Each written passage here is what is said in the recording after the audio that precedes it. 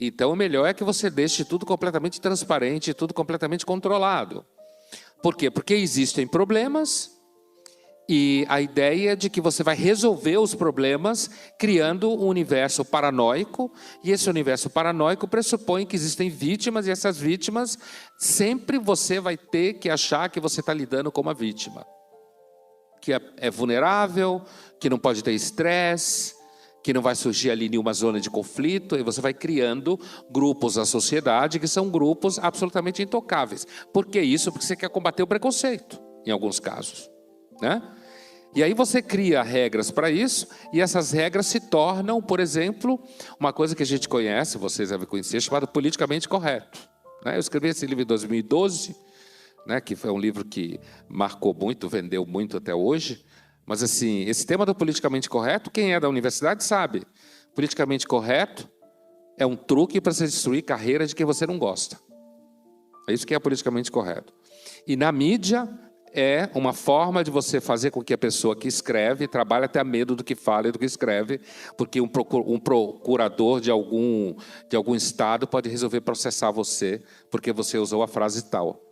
Então, você está querendo resolver um problema, mas aí você cria métodos paranoicos, e esses métodos paranoicos, querendo controlar o comportamento das pessoas, acaba gerando, na verdade, dentro da universidade, por exemplo, grupos que destroem carreiras de colegas, acusando-os de politicamente correto, incorreto, disso e daquilo, ou na imprensa, pessoas que escrevem com medo.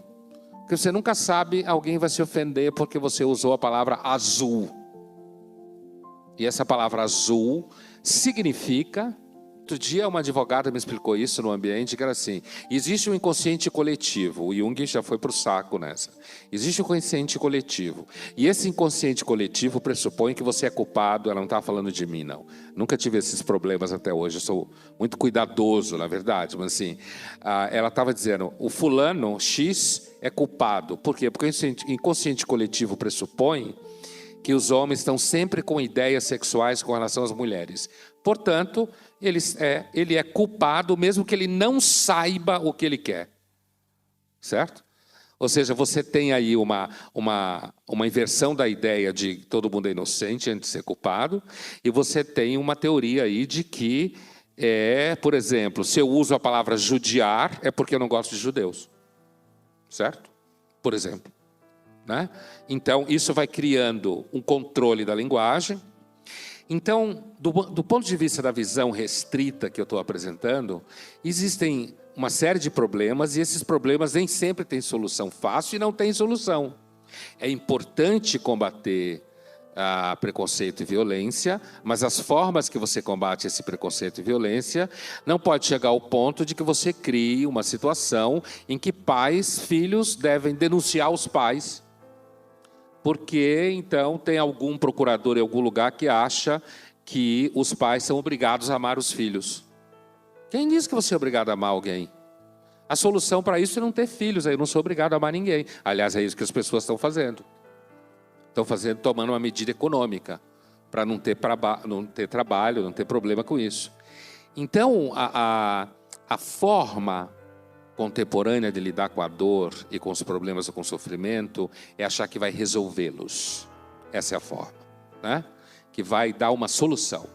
E dando essa solução, tudo vai ficar legal, né? E uma das formas que a gente acredita que resolve é dizendo que existem pessoas absolutamente vítimas e vulneráveis que você não pode criar estresse. Existe um ganho nessa condição de vulnerável, sabe?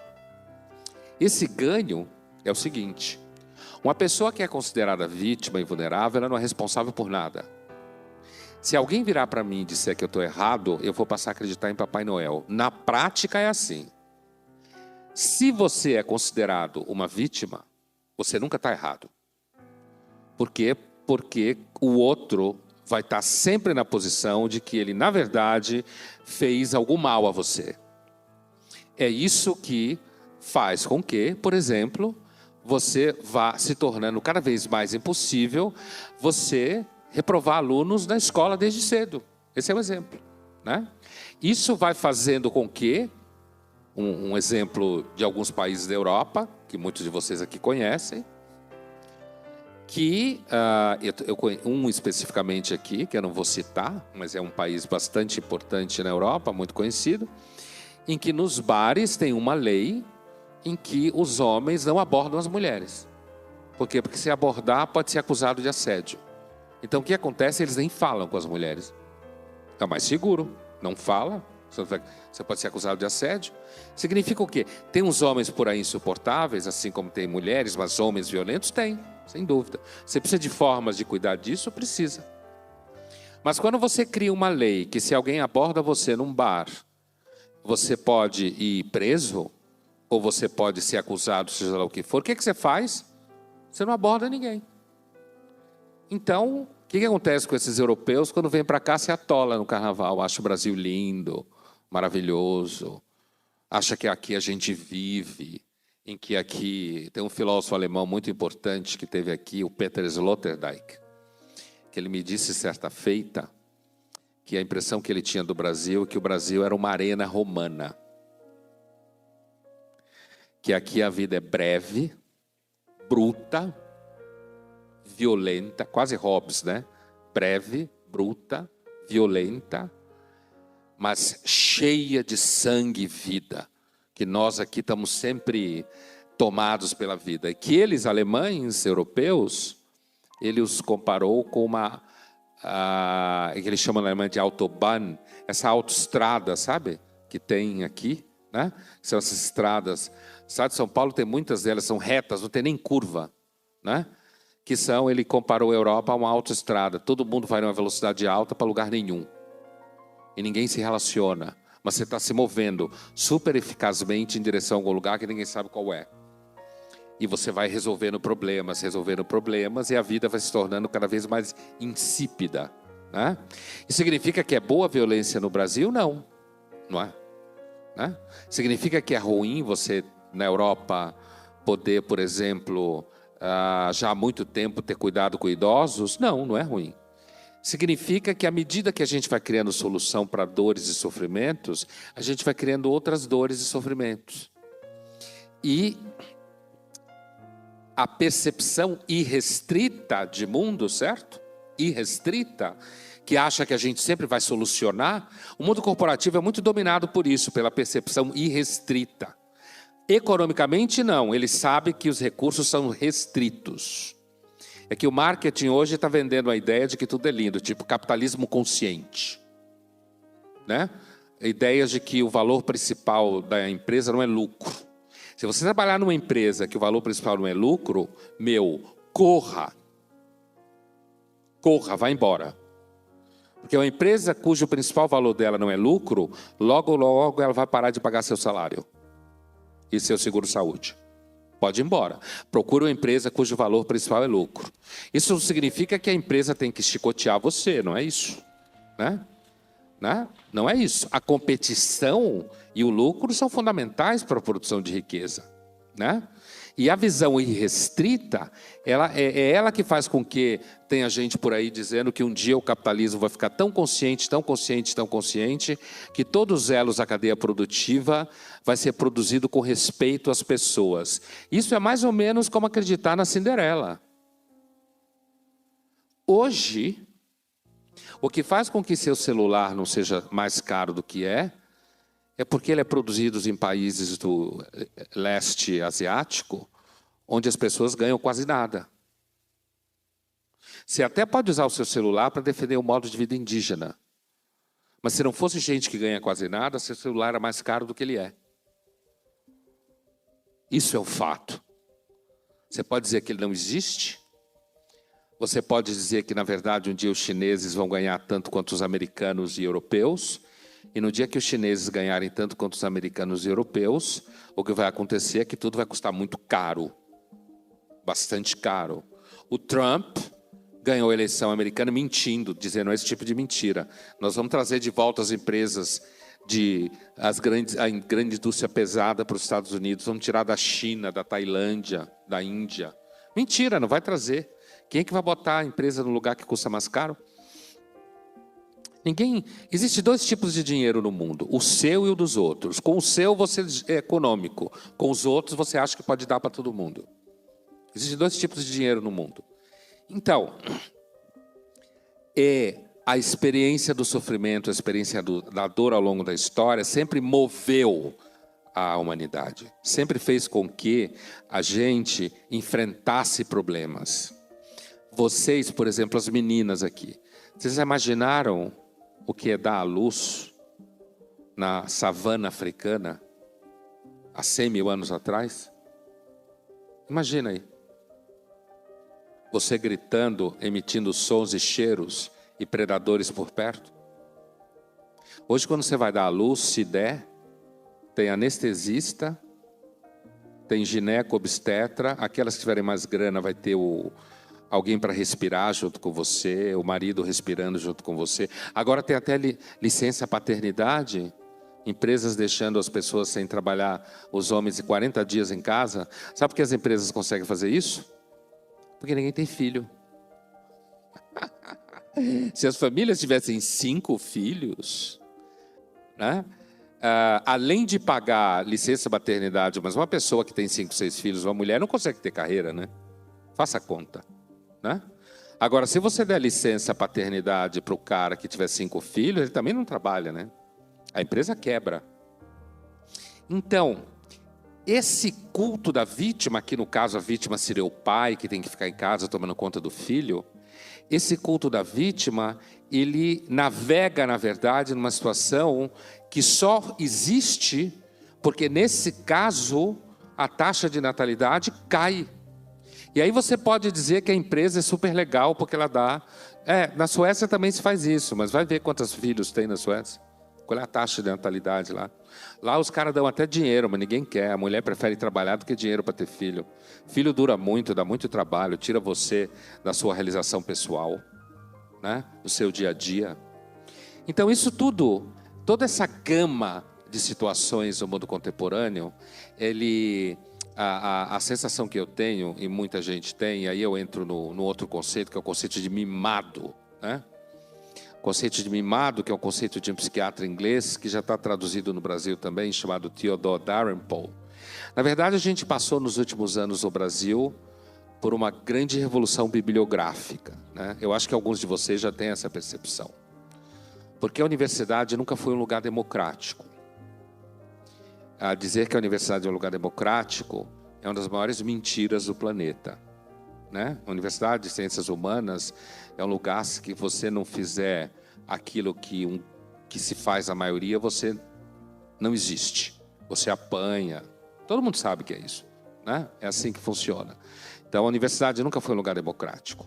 Inclusive no plano das bibliografias. Eu recebo, melhorou muito, mas digamos, há 6, 7 anos atrás, eu recebia e-mails. Agora eu recebo... Quer dizer, as meninas que trabalham comigo nas mídias sociais, elas recebem e me trazem, e eu faço vídeos em cima disso. Mas eu recebo e-mail já há muito tempo de alunos de universidade, de escola, que contam situações e que queriam trabalhar determinado autor e o professor não deixou, porque não era daquela cartilha específica deles, né? Então a gente sabe que quando... Por exemplo, você vê alguém egresso do mundo da universidade falando em nome de ética, é meio que uma piada, né? Sabemos como é o universo interno. Meio que uma piada. Então, assim, mas de qualquer jeito, a gente tem melhorado, sim. Eu acho que a gente tem melhorado no Brasil nos últimos 4 anos, mais ou menos, que você tem tido um enriquecimento da bibliografia. Você tem tido uma ampliação, de fato. Tem acontecido uma ampliação, né? No sentido de que existem mais livros em português.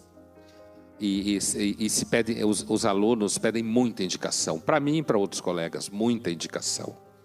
Então você tem, por exemplo, esse psiquiatra chamado Theodore Dalrymple. Esse é o nome literário dele. O nome dele médico é Anthony Daniels. Desde o começo dos anos 2000, ele cunhou esse conceito de mimado, né? Aqui o livro chama-se Podres de Mimados, que saiu no Brasil, onde ele discute esse tema. E o que é esse conceito de mimado, né? Esse conceito de mimado, ele nasce do conceito nietzschiano de ressentimento, ok? Imagino aqui entre vocês, aqueles que são nietzschianos, sabem do que eu estou falando. O conceito de ressentimento em Nietzsche. O Nietzsche, quando cunha o conceito de ressentimento, ele está falando no âmbito mais que a gente poderia chamar ontológico, ou no âmbito mais espiritual quase, né? Todo mundo sabe que o Nietzsche dizia que o cristianismo é platonismo para pobre, né? Para as massas, né? No livro dele, O Anticristo. A gente sabe que o conceito de ressentimento no Nietzsche significa basicamente o seguinte: nós morremos de medo da falta de sentido da vida. Nós morremos de medo do fato do universo ser indiferente a nós. Nós morremos de medo da finitude, da morte, da frustração, do sofrimento. O que diz o Nietzsche? O Nietzsche diz que o Platão criou o mundo perfeito, que é o mundo das ideias.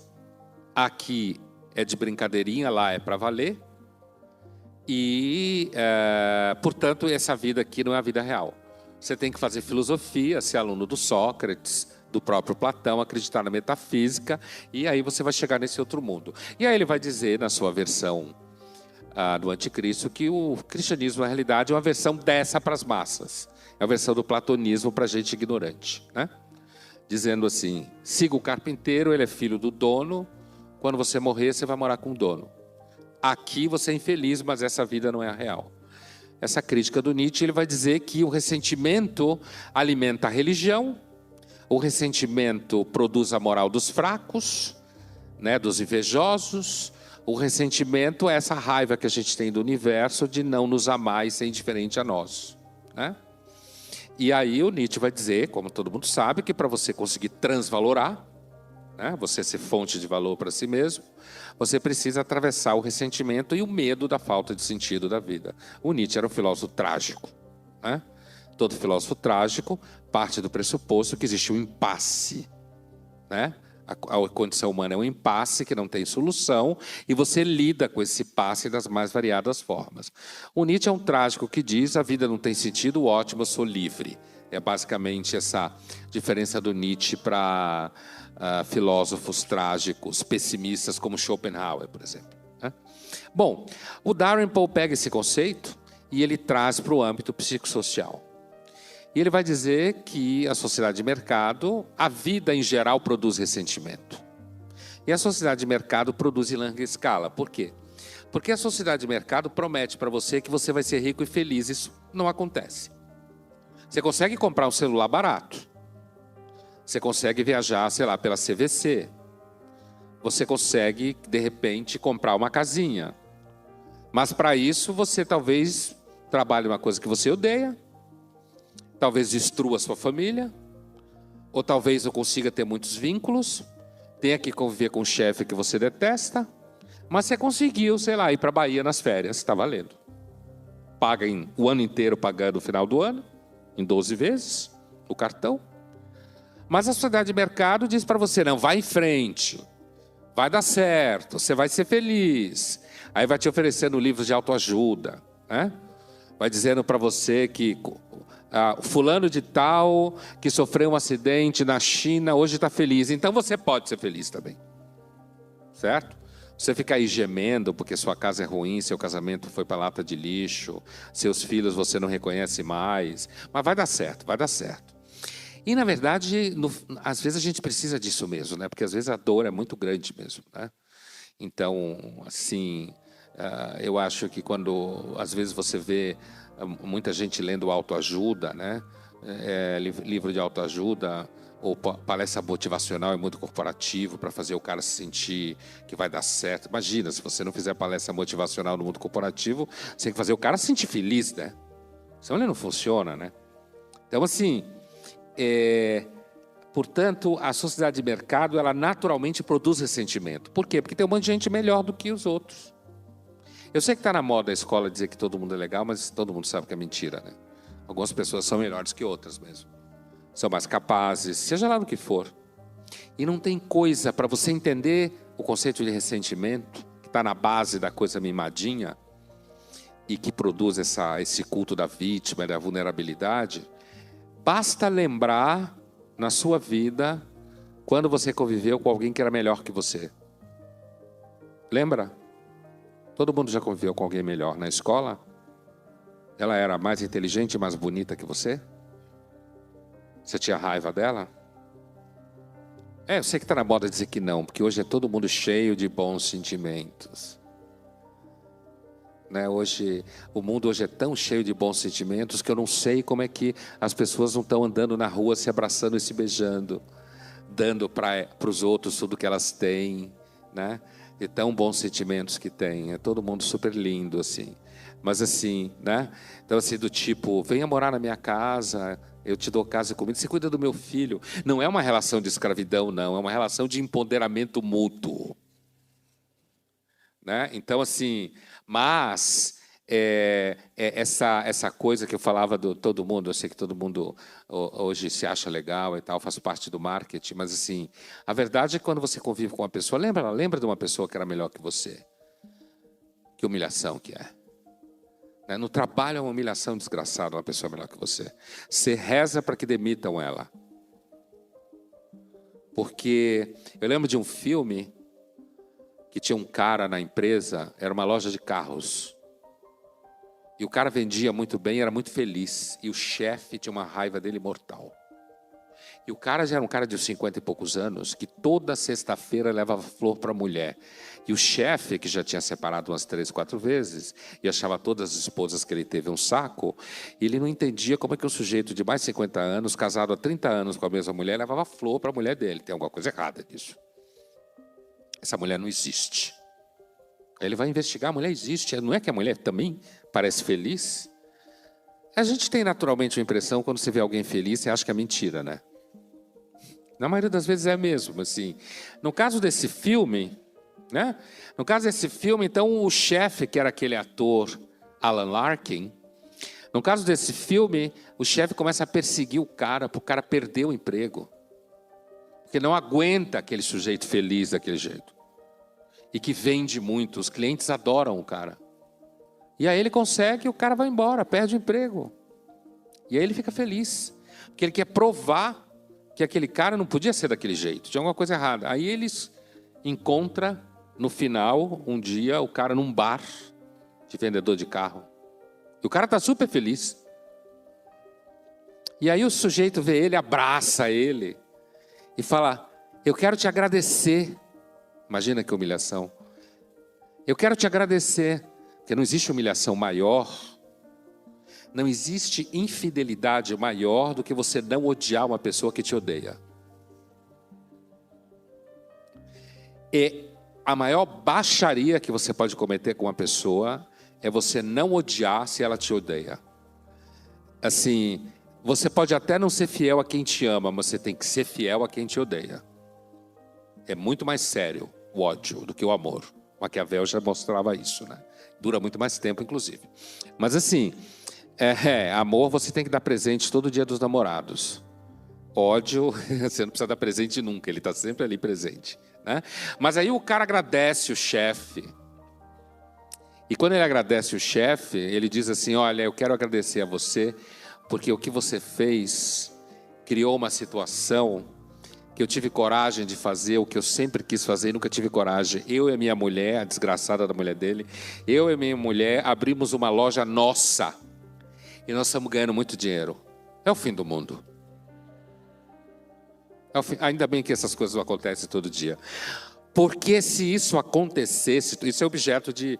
Podia ser, inclusive, uma palestra motivacional, né? Esse caso. Mas assim, a sorte é que não acontece isso todo dia. A maioria não é tão feliz assim. A maioria não leva flores sexta-feira para a mulher. E com isso eu não estou querendo dizer que é impossível ser feliz. Eu não estou preocupado com isso. Eu estou querendo refletir sobre essa questão da relação com a dor e as mudanças e as transformações, né? E a dificuldade de lidar com isso. O que esse filme mostra? Esse filme mostra o ressentimento do chefe. O chefe tinha um ressentimento horroroso pelo seu parceiro de trabalho, né? Pelo seu subalterno, na verdade. E esse ressentimento fez com que ele demitisse o cara. Então, o ressentimento é uma sensação de que você merecia mais do que você tem. E quando você encontra em alguém isso, te dá mais raiva ainda. Então ela é bonita, inteligente e rica. demais, né? É demais para suportar uma pessoa assim. Se ela for metida, você está salvo. Porque pelo menos você por dentro é melhor. E como a gente nunca sabe o que é por dentro mesmo, está tudo valendo, né? Você pode dizer que você é melhor.